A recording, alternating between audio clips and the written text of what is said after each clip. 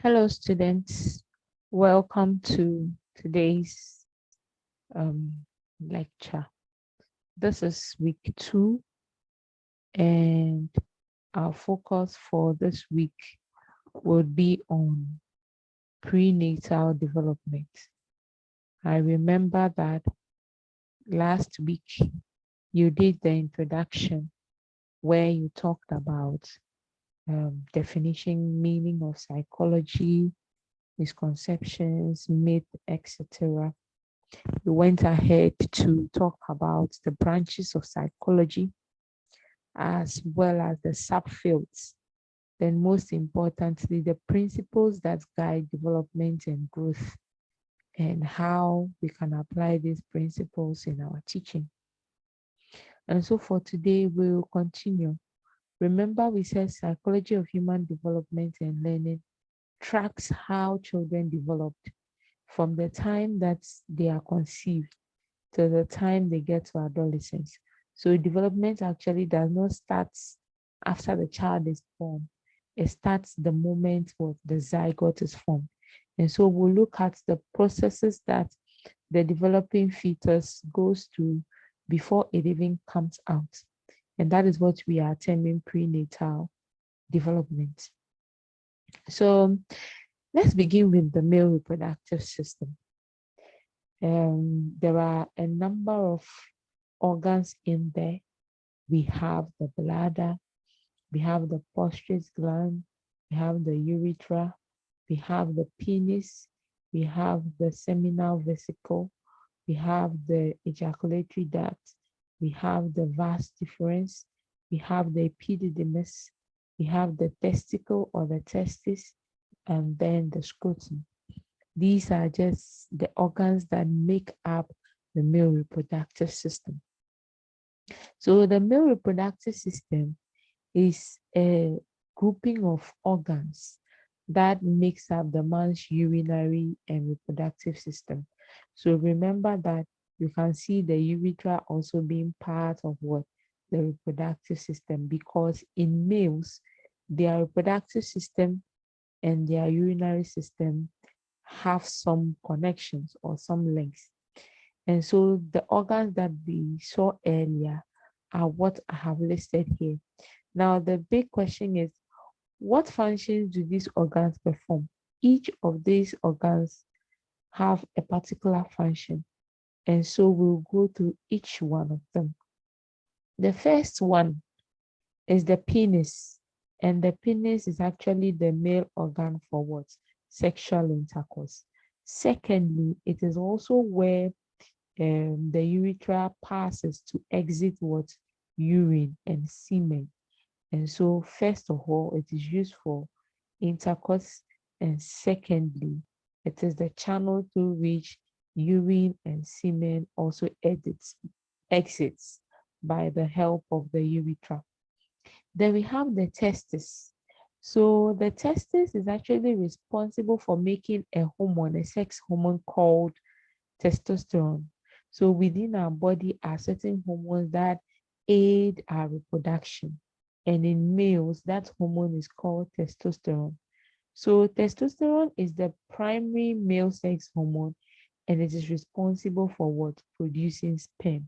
So in the testis, that is where sperm is produced. Then we have the scrotum, and then the scrotum is actually a protection around the testis. Then we have the epididymis. The epididymis is what carries and stores the sperms that are created or that are produced in the testis. So once the testis produces it, it moves to the epididymis where it is stored. We equally have the urethra. The urethra is the tube that carries urine from the bladder to outside of the body. It is also through the urethra that semen is ejaculated. And so we know that our bladder is where urine is stored. So the bladder stores urine and it contracts and relaxes to empty the urine from the urethra. And so after the urine is being stored in the bladder, Then the urethra connects the bladder through the penis that allows urine to exit. And it is through the same channel that men also what release semen or they ejaculate. Then we also have the prostate gland.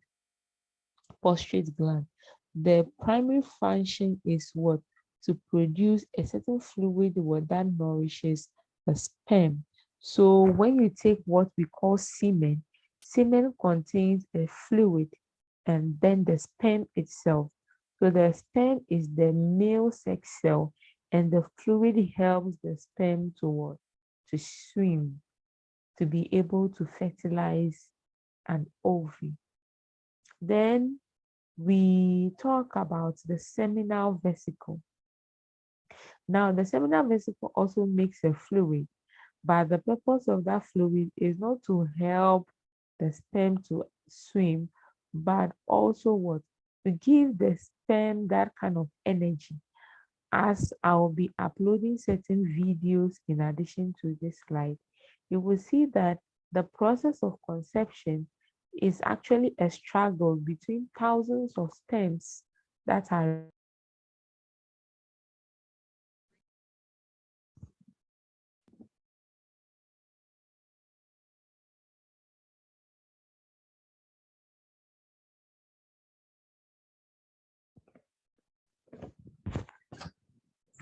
aside the seminal vesicle, we also have the pubic bone, which serves as a protection for the for the bladder and other internal organs. Then there is the ductus or the vas deferens.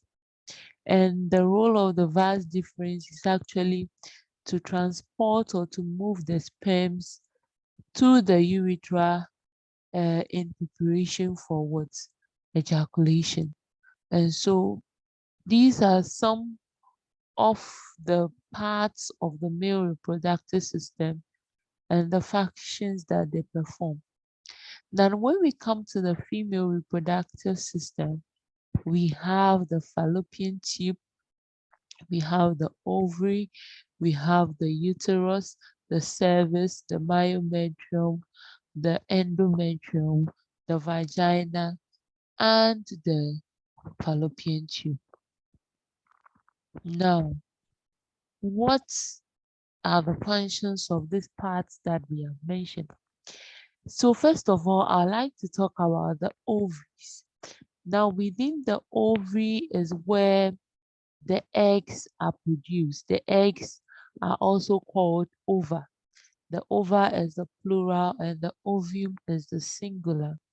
And so every month there are eggs that are released in a woman's ovaries, and the eggs are released into the fallopian tube, are waiting for a sperm to fertilize it. And so the fallopian tube is what we are also calling the oviduct. And it is the tube that transports the ova or the eggs from the ovaries through the uterus. And so that is where the egg waits to be fertilized. And after fertilization, it moves down the fallopian tube to the uterus for implantation. Then the uterus is actually that space that has been designed to house the developing fetus. And so it holds the fetus and it nourishes it. Now, this only happens when the egg or the ova is properly fertilized. The other part we want to look at is the corpus luteum. The corpus luteum is located within the ovaries, and the role of this corpus luteum is to release the female sex hormone. Remember when we're talking about the male reproductive system, we said the testis produces a hormone called testosterone. Now, in females, it is the corpus luteum that produces this hormone called progesterone. And the role of progesterone is actually to prepare the uterus for pregnancy. We equally have the endometrium and the myometrium. So the endometrium is actually the lining of the uterus that is prepared down, waiting for a possible what? Fertilization of the egg and also implantation. And so the endometrium maintains pregnancy. That is if fertilization and implantation occurs. And in case there is no fertilization, the endometrium plays a role in what? Menstruation. It is that lining of the uterus that shreds off, and that is what we call menstruation. Then the myometrium plays a role during childbirth. It is that part of the lining of the uterus that contracts and relaxes to allow the baby to leave the uterus. Then we also have the follicles. The follicles together with the corpus luteum are located in the ovary, and the follicles are the ones that produces what? The egg. And so the follicles secrete hormones which influences the stages of what? The female's menstrual cycle. Remember that the menstrual cycle is as a result of change in hormonal activity that repeats itself every month. So as the hormones increases, the woman ovulates, waiting for a sperm to fertilize the egg. But when there is no sperm there to fertilize, then the lining of the uterus that is prepared now is shreds off and the hormone levels come down. So it is the follicles that secrete these hormones, and it also releases what? An egg for fertilization. We equally have the vagina, and it is the tube that receives the penis during intercourse. It's also the channel or the canal through which the baby leaves the uterus during childbirth. Then we have the cervix. The cervix is actually like a door to the female's reproductive system. So it allows for sperms to pass through the endocervical canal. Then it also produces a certain mucus that helps with the sperms to easily enter the vagina and swim to fertilize the egg. Now, we have looked at the male reproductive system. We have looked at the female reproductive system. Let's talk about conception. How is a child conceived? So a child is conceived through two individuals, a male and a female. A male that is producing eggs and menstruating, and a male that is producing sperms, sorry, and then a female that is releasing eggs and menstruating. And so females of reproductive age, every female between the age of 11 to 16 years has what we call menses. Then this menses repeats itself every 1 month. So every month the female should be producing eggs to help what in this menstruation. So menstruation is actually a way of telling the woman that the woman is fertile one, and it also prepares the body for what? A potential pregnancy, whether the woman actually likes it or intends to be pregnant or not. Now, the term menstruation is just the periodic shedding of the lining of the uterus, the endometrium, that is prepared down, waiting for implantation. And so many women call this their menstrual cycle or their period. Now, the average menstrual cycle of a woman is 28 days. Remember that the word here is what? Average. And so it is possible for people to be either above or beneath. Usually, the normal range is between 23 to 35 days. Now, for every woman, the biological makeup is different. So some people their cycle will be 33 days, others theirs will be 35 days, others theirs will be 28, 27. If you are within the range of 23 to 35, it is perfectly normal. So the three phases of the menstrual cycle are the follicular phase. That is the phase where the follicles release or prepares the egg. The stage where the follicles prepares the eggs and the eggs are developed. Remember, we said that it is the follicles that help in the development of what or the production of the egg. So once the eggs are developed, then it has to be released. And so the releasing of the egg stage is what we are calling the ovulatory phase. So usually when you are ovulating as a woman, there are certain signs that you notice that shows that you are ovulating. Some of these include what tender breast, pains at the nipples, the urge to have sex, some people have pimples. There is this white discharge, clear discharge that comes out from the vagina, abdominal pains, every woman and the signs that they experience. And so these are the things that point to you that you are in the ovulatory phase. Then we have the luteal phase where um, hormone levels decrease if the egg is not fertilized. And so if your follicles produce the egg and then you ovulate or you release the egg and there is no sperm available to fertilize that egg, then the lining of the uterus that is prepared down for a potential pregnancy sheds itself and the egg disintegrates. It is the shedding of that lining that comes out as blood, and that is what we are referring to as menstruation. So the foundation of life actually starts from the time that we are conceived. So when intercourse happens, the man releases sperms and the sperm go in there, they swim, and only one is able to fertilize the egg, forming what we call a zygote. And so I have gone through all these processes described here. The follicles release the egg um, the releasing of the egg is what we call what ovulation, and then during intercourse, then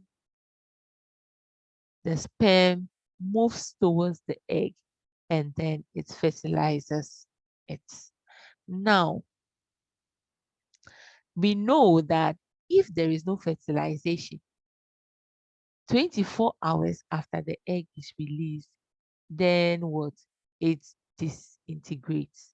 And so usually for those who are seeking children, fertility doctors will tell you the best time to have sex if you want a child is on the day of what your ovulation, either a day before or on the day of your ovulation or a day after, because for 24 hours the egg will be there waiting for a single sperm to fertilize it. And so if there is no sperm to fertilize it after the 24 hours, the egg disintegrates and the lining of the uterus begin to what? Shreds off. And so if there is a sperm around to fertilize it, then it what? It forms what we are calling a zygote. So I actually have a video here to demonstrate to you how fertilization and conception occurs, but I'll put the link on V class, and so with a tap you could watch how the sperms battle or fight to go and fertilize the egg.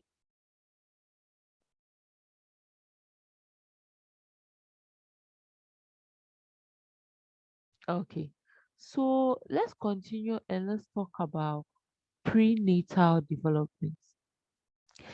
The word pre means before and natal means birth. And so when we are talking about prenatal development, what we simply mean is that development that occurs before the child is born. And so usually when a woman is pregnant, it takes 9 months for the baby to come to term or for the baby to be ready to be delivered. And in medicine, The stages that are used to describe pregnancy are called trimesters. So there are three trimesters in pregnancy in medicine. So the first trimester being the first 3 months, the second trimester being the fourth to sixth month, and then the last trimester being the seventh to the ninth month. However, in psychology, we have a different way of categorizing the development that occurs prenatally. So we have three different stages. That is quite different from what is done in medicine. So we have the germinal stage, which is from 0 to 2 weeks. We have the embryonic stage, which is from 3 to 8 weeks. Then we have the fetal stage, which is from 9 weeks till the child is born.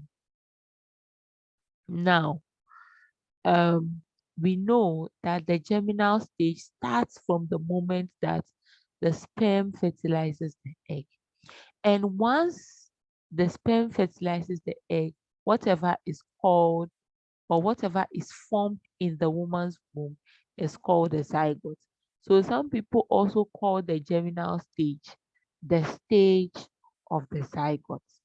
Now, when the zygote is formed, the child's genetic makeup is already established and the child's sex is determined.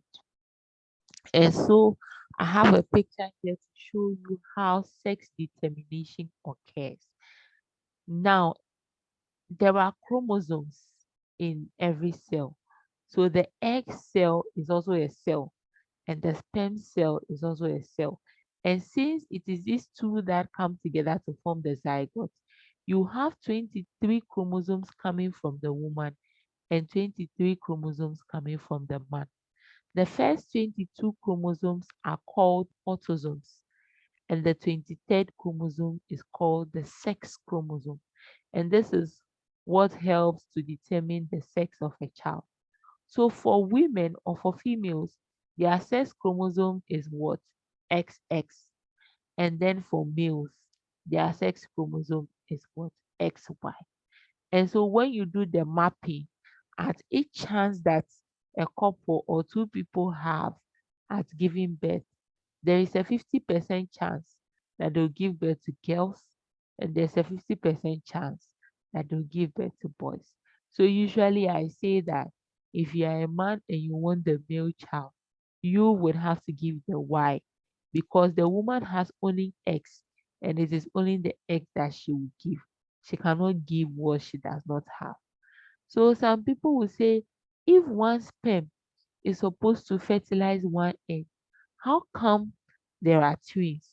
The answer is that after the zygote is formed, it goes through a series of cell divisions.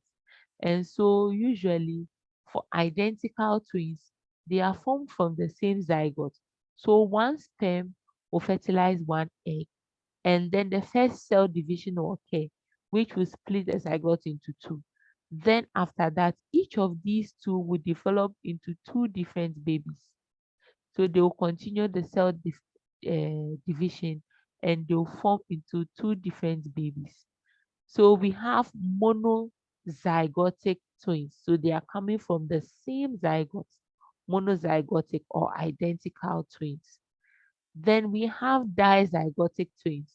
So these are twins that are called fraternal twins. Usually they don't look alike because they are coming from what, two different eggs.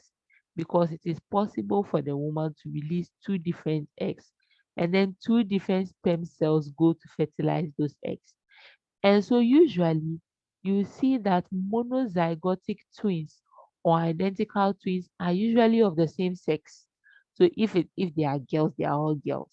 If they are boys, they are all boys. But for fraternal twins, usually you have what? Either the same sex, so all girls or all boys, or you could have a boy and a girl. Now, the germinal stage continues after the zygote is formed, as I said, and the cell is divided into two.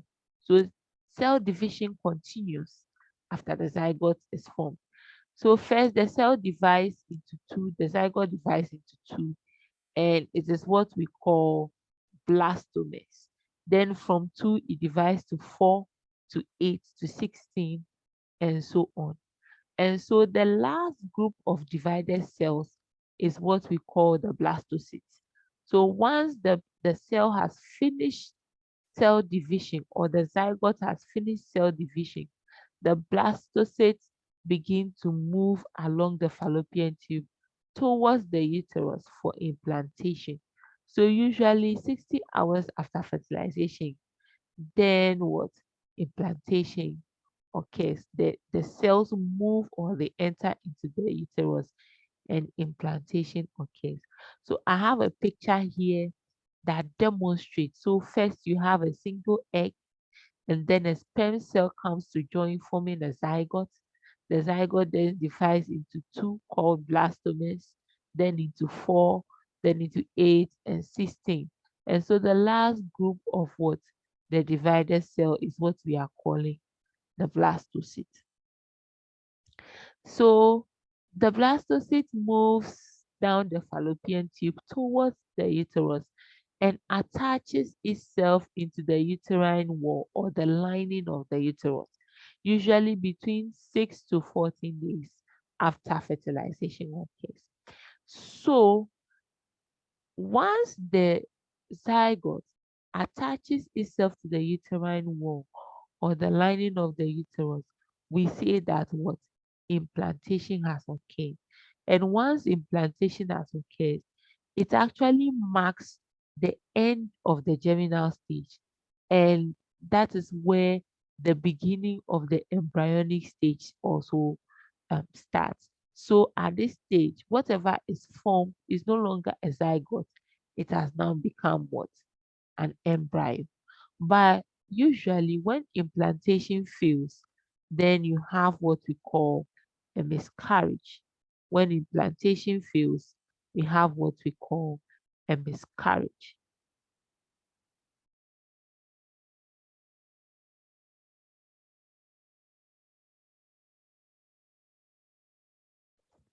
Now, there are other times that instead of the divided cells moving to the uterus to implant itself there, they implant themselves in the fallopian tube. And that is what we call ectopic pregnancy. So ectopic pregnancies are usually dangerous to the health of the mother. And so usually they are terminated because it causes the mother pain.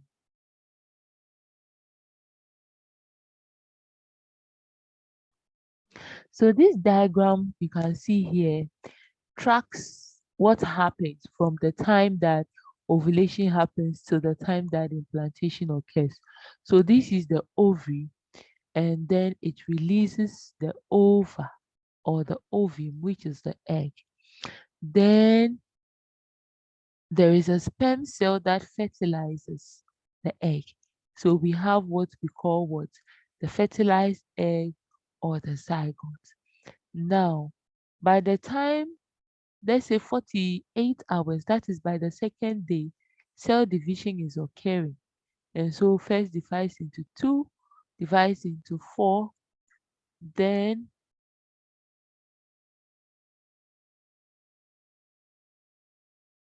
it divides into two, it divides into four, then into 8, then 16, and so on.